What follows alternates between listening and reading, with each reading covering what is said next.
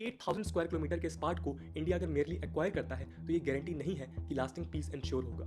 India almost 35% budget defence पर spend करता है, जिसका majority share Jammu and Kashmir में जाता है।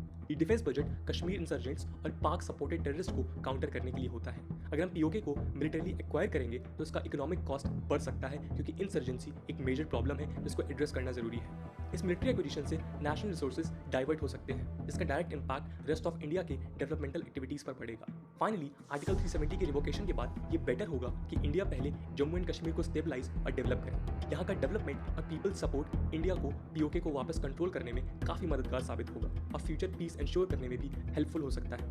उसके बाद अगर अफगानिस्तान में एक प्रो इंडिया गवर्नमेंट पावर में आती है तो इंडिया को काफी बेनिफिट्स हो सकते हैं।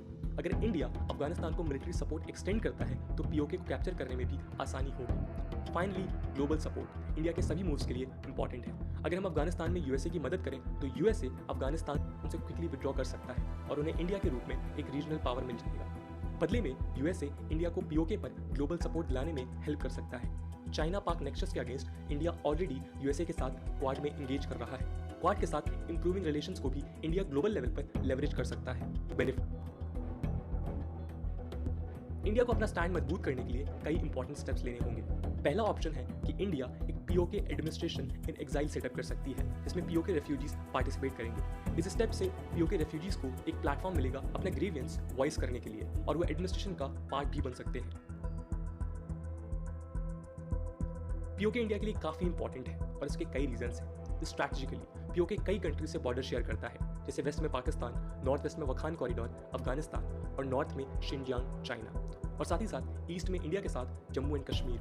Geographically PoK fresh water resources और नेचुरल रिसोर्सेज से अबंडेंट है। हाइड्रो इलेक्ट्रिक पोटेंशियल के साथ मीरपुर और मुजफ्फराबाद में गोल्ड, कोल, चौक, ग्रेफाइट, बॉक्साइट अवेलेबल है। जियोपॉलिटिकल इंपॉर्टेंस की बात करें तो चाइना ने $50 बिलियन इन्वेस्ट करके China Pakistan economic corridor establish किया है, जो पीओके से पास होता है और ये इंडिया के सोवरेनिटी पर मेजर थ्रेट है। इसी के साथ गिलगिट वाया अफगानिस्तान इंडिया के लिए गेटवे टू सेंट्रल एशिया और इंटरनेशनल नॉर्थ साउथ कॉरिडोर का इंपॉर्टेंट लिंक बन सकता है।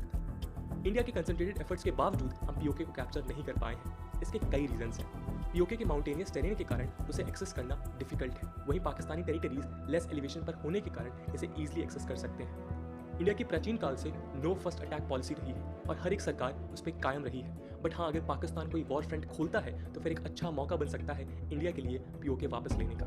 पीओके में कई जिहादिस्ट और extremist factions anti India sentiments और प्रो पाकिस्तान सेंटीमेंट्स रखते हैं। इसके अलावा यहाँ की एथनिकली नॉन कश्मीरी पॉपुलेशन अपने आप को कश्मीर से रिलेट नहीं कर पाती। इस कारण इंडिया के लिए इतने सालों बाद इनका सपोर्ट स्टैब्लिश करना भी टफ हो सकता है।